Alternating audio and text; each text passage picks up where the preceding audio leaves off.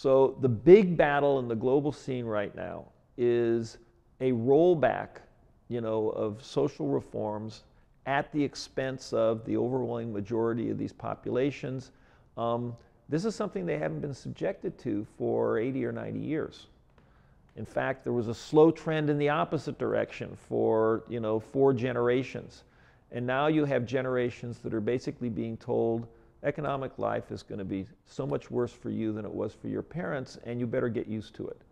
The majority of people in Europe, the United States, and Canada really can't afford to sit still and say, we're going to let, the international capital markets, dictate the dismantlement of every part of capitalism that actually protected us and served us moderately well, while the wealthy elites are just piling up more and more money and more wealth and more privilege.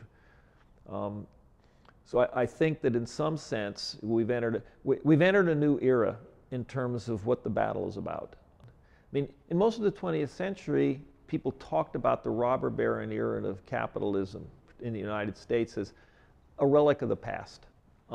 Yeah, we had that, and now we have surpassed that. And I know for myself, I always assumed, of course, we would never go back to that.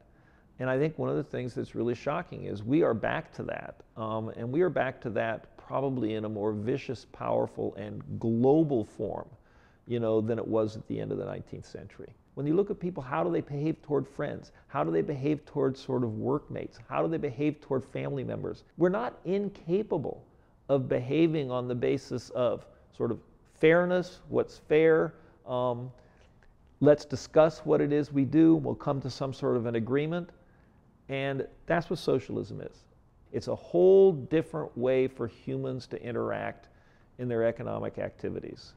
And it's long since time we left the economics of fear, competition, and greed behind us, and start to embrace our true human potentials.